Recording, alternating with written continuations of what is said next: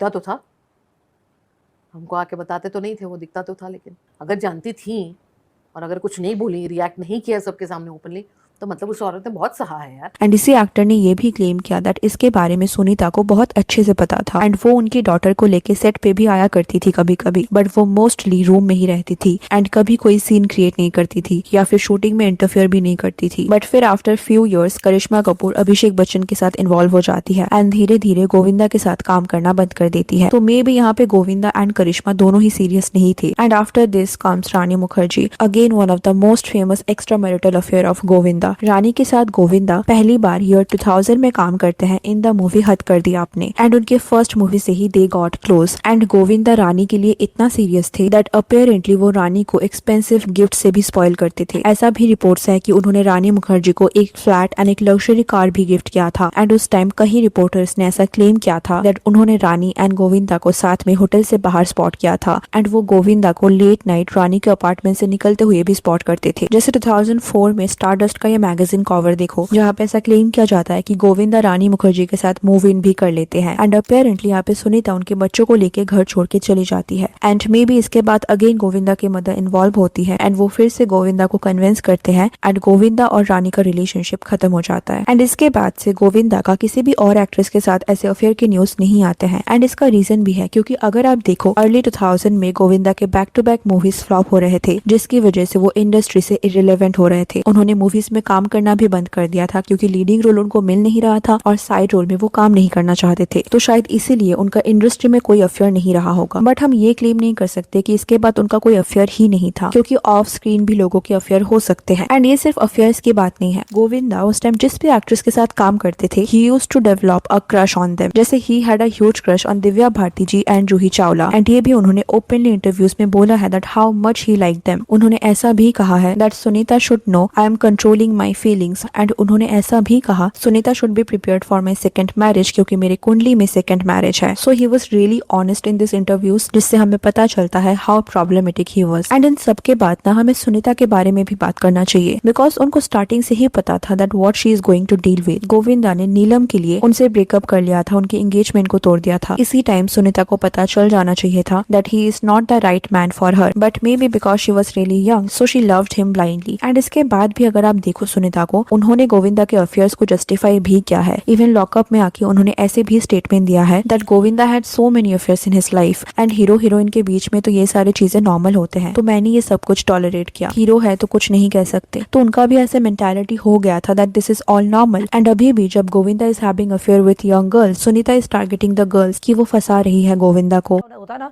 कि आजकल की जो लड़कियां आती है ना स्ट्रगल करने के लिए, they need a sugar daddy जिसका जो उनका खर्चा चलाए। शक्ल दो कौड़ी का है, हीरोइन बनना है, तो तुम एक्सपेक्ट क्या करते हो?